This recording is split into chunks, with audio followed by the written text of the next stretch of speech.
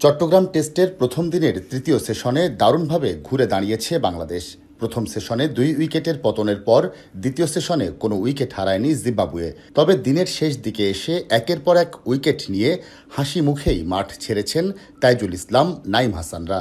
তাতে সোমবার প্রথম দিন শেষে জিম্বাবুয়ের সংগ্রহ 9 উইকেটে 227 রান।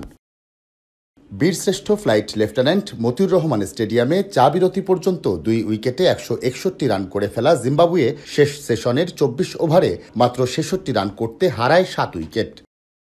ওয়ালটন আবারও মিলিনিয়ার অফারে ওয়ালটন ফ্রিজ কিনে আপনিও হয়ে যেতে পারেন মিলিয়নিয়ার।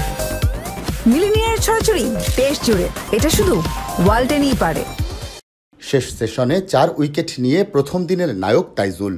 চমৎকার বোলিংয়ে 60 রানে 5 উইকেট নেন এই অভিজ্ঞ বাঁহাতি স্পিনার। 53 টেস্টে তার এটি 16তম 5 উইকেট। একাদশে ফেরার দিন নাইমও ছিলেন দারুণ ছন্দে। সাগরিকায় টস জিতে ব্যাট করতে নেমে প্রথম 10 ওভার নির্বিঘ্নে কাটায় জিম্বাবুয়ে। দলীয় 41 রানে ব্রায়ান বেনেটের উইকেট নেন তানজিম হাসান সাকিব। এরপর নিক ওয়েলসকে নিয়ে বেন কারান প্রতিরোধের চেষ্টা করলেও দলীয় 72 রানে তাইজুলের শিকার তিনি। এরপর ওয়েলসকে নিয়ে দেখে শুনে প্রথম সেশন পার করেন শন উইলিয়ামস। ওয়েলস 53 বলে 32 ও উইলিয়ামস 33 বলে 6 রান করে অপরাজিত থেকে যান মধ্যাহ্নভোজ অবধি। প্রথম সেশনের 28 ওভারে 2 উইকেট হারিয়ে জিম্বাবুয়ের সংগ্রহ দাঁড়ায় 89 রান।